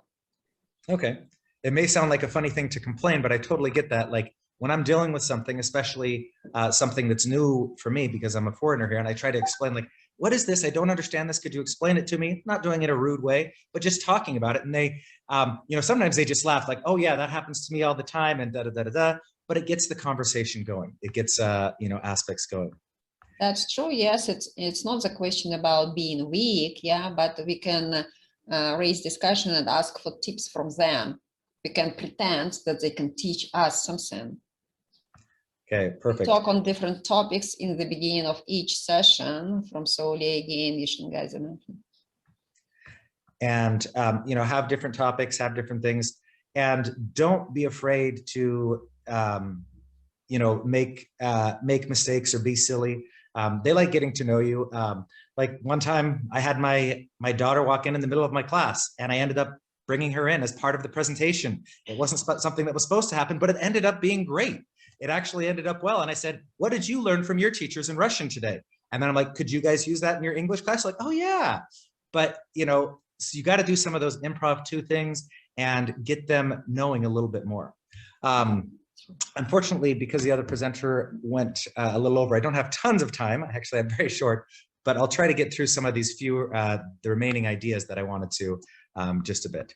So this is another key that's very difficult. It's don't default into lecture mode. Most of us, when we're in a group of people and we see real life people, we don't do that because we know language is about communication. But when we see a bunch of blank screens, it's really easy to just say, this is what you do, da, da, da, da, da, and just talking and talking. How do you keep your lessons online, okay? How do you keep them engaging? Normally, I'd be having you guys add a little bit more to this, but because of time, I'm just kind of going to go through it a little bit fast. Please feel free to add things to the chat because I'd love to hear some of your ideas. So frequent breakout sessions is one of the ways to keep the lessons a little bit more engaging. A lot of students, they're more embarrassed to talk on a screen to, you know, 25 people versus just talking to 4 or 5 people. When I go to the individual breakout sessions, I find that there's much more interaction than when I have a larger class because they feel it's more personal. And so that's one of the aspects with that. Poll, I like doing polling. Polling is a great idea. I did that today with students on do's and don'ts of essay writing. It was a great activity. So let's see. You want to have clear instructions and expectations. One of my expectations for my students is, I know that there's internet problems. I know there's lots of other problems, but if you can, you know, have your camera on. If not, just let me know and there's no issue about it. But 90% of communication is nonverbal. And I explain it and I joke with them about it. And, you know, I try to make sure they understand what my expectations are clearly. If you have any that are specific to you, let them know. You know, have earphones on if you're in a loud place. So we're not hearing your brothers and sisters scream all the time. Whatever it is, have clear expectations. And you need to give the students a chance to get up and move. You need to give them a chance to get up and move and do some other activities. And I know my time is already up because it was cut about in half, but I'm just going to show you some of these activities real quick, if that's okay, and then end just a little bit late. Okay, this is one of the activities that was actually used in a live in-person class, but it can be used for other classes as well. So it's a way to teach grammar and have the students doing something just outside of sitting in front of the screen. So basically, you're having an interrupted activity. So you're having 2 students, or in this case, probably just be 1 student and somebody that lives at their house, and you would have them take a picture, 2 pictures, and then something would be what interrupted that activity. So this is a picture of me and my daughter. Anna had been scooping cookie dough when her dad started to help. So now, instead of just writing a paper or doing activities, they're actually taking a picture of it. They're putting it in context. You could even get some deeper grammar that will explain some deeper adjective explanations as well. So here's another one. Jake had been confessing his love to Jessica when Jean overheard and told everyone. So obviously this one was done at a school, but you could have a similar type of situation where they're doing it at home, taking a picture with their dog or with their grandma or whatever, but creating a narrative with that. Instead of just sitting at a computer the whole time, they're actually doing something a little bit more active. Now, this is the example where you can make it a little bit more, you can say, oh, this was a good one, but you can do a little bit better, put a little bit more emphasis into it. So a steaming cup of coffee, okay, while reaching for her book. So you're adding a little bit more to that. And so you're taking what they did and you're saying, why don't we add a little bit to this? So these are some of the activities that you can do with it. Unfortunately, for the last one, because time is up, I'm going to have to skip, but I'll tell you what it is. And if you've seen any of my presentations before, you might have seen a similar one, but this is getting students actively looking at photography and pictures and having them develop some critical thinking. So you show some real pictures and you have them look at these pictures and talk about them, discuss what do you think's happening? What is an alternative story that could be happening? You have them break up into groups and then they tell the whole class about their story. It can be a humorous one. It can be like maybe one humorous one, one real one, and say, what was a misunderstanding? Like this one here, you can see, oh, you know, at first I thought it was maybe just kids playing, but then I see in the full, oh, maybe it's something different. Okay, you can use whatever pictures you want to kind of have them tell a story and create a story, and they get really into it. It's a way that they're forgetting that they're just staring at a computer screen because they're interacting with students. This I first do with the main group, then I do breakout rooms, and then I come back to the main group, and each breakout room shares their interpretation of one of the pictures that they have chosen. Anyhow, sorry that I had to condense this so much, but I'm so happy that you guys were here, and I hope you found something useful. Any questions for me? So we are happy to give you a little bit more time, 3 more minutes, to share some other activities with us if you have them prepared. Okay, well, I could continue with this activity and share how we do it actually. Okay, so Dinara, what do you think is happening here? What is happening in this photo?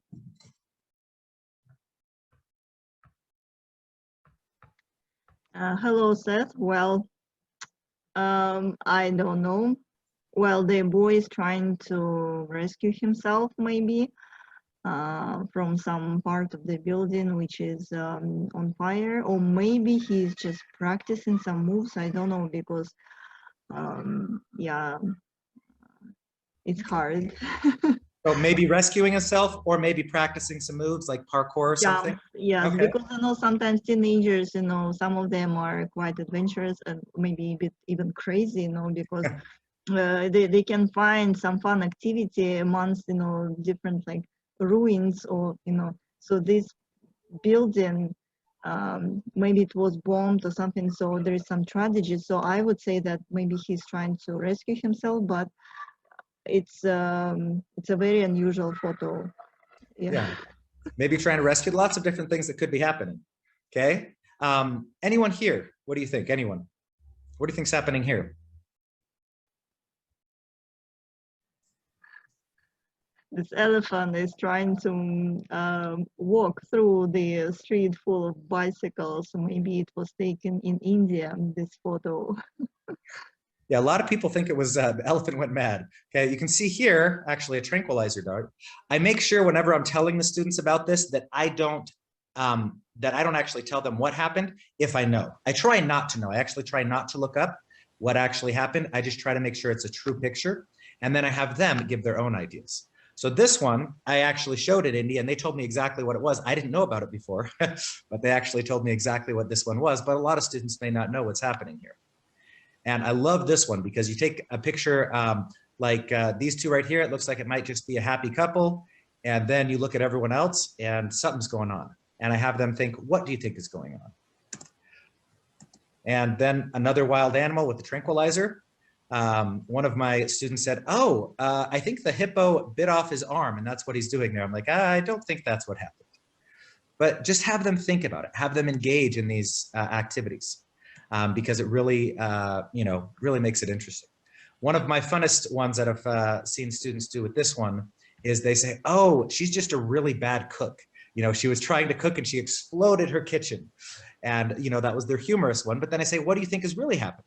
And they're like, well, a disaster happened. Maybe she's looking for, important documents like passports or, other things along those lines. But do you see how this could be useful to kind of get your students a little bit more engaged instead of just showing them, written work and worksheets? It's a way to get them opening up about, what they think is actually happening. And at first, students will be a little shy to say what they want to say, but then after you do it, it will be hard. You'll have to stop and say, okay, we need to move on to the next one because people want to keep on coming up with their ideas. So what's happening here? Kind of competition with Turkey on the eve of the Thanksgiving Day. I like it. Okay, those are some big turkeys. I think they're pelicans, but I'm not sure. But I love her face expression right here. She seems so happy with her bird. I think it probably is a competition, not sure. And this one, I've had lots of different ideas what students are saying. Are they? Wow. Maybe it's some protest. Ivory Bonnie. Yeah, ivory, yeah. Yeah, maybe a protest of the poachers that are killing them. Okay. Or maybe a ceremony. Maybe a ceremony, a religious ceremony.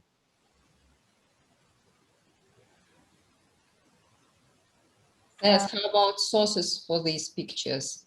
Because, well, image of the day doesn't give these types of photos. Which source do you use? National Geographic. Ah, yes, yes. Great. All of my pictures are from National Geographic. It's one of the ways that I know that they're real photos.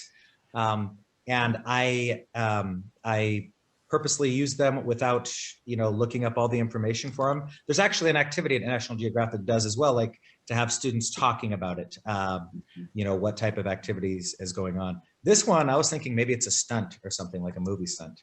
But yeah, I use National Geographic, but you can use any news source also, any news source photos. But news source usually gives some tragedy, something yeah, dramatic. So yeah, sometimes it's dramatic. And maybe you could have them, try to tell a happy story or a sad story based on whatever the photo is they see. A lot of people have this one. I see it says South Africa, but then it also has words written in Spanish. And so just interesting. This is a wall on the borderline with Mexico. Yeah, probably a wall on the borderline with Mexico. So I have them ask what's happening. I have them do these different activities. And, I hope this is something that you found useful. Because at first it was really hard for me transitioning in with some of the online aspects, but in a lot of ways, sometimes I like it, especially if I'm dealing with a larger class. I still miss teaching in person. I know some of you might be doing that and might be doing blended. I think blended would actually be a great opportunity, but finding ways that you can get your students engaged and remember, yes, I'm a real person. Larissa is a real person. Dinara is a real person. Nur Sultan is a real person. Instead of, oh, I'm going to watch my favorite TV show right now. It's that time. Because that's what it seems like sometimes. I know when my son and daughter were doing it, it was an issue. Anyhow, thank you so much for your presentations. I'm sorry, for your patience and working with me. And I hope you guys got something out of it. Just one last question before we finish. We are out of the time, but still, so if students are lack of vocabulary, what do you do and how do you help them? So if students are lacking vocabulary, I try to do some activities with them. It depends on what level that they're at. But, I use a lot of visuals and bring things into the conversations. For example, when I was using those pictures, I use a lot of pointing and use the words that we're talking about with that.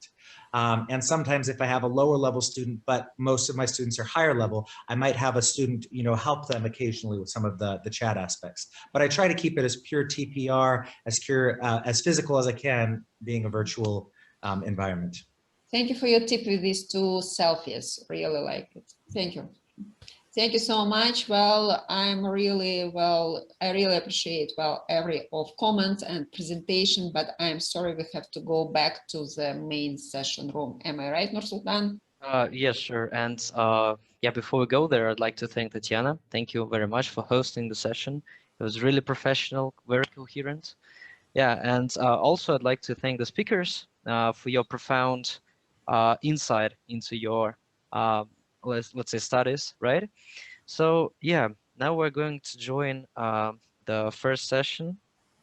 Nur Sultan, please will you give the link to the session? Yeah, it's somewhere at the top of the chat.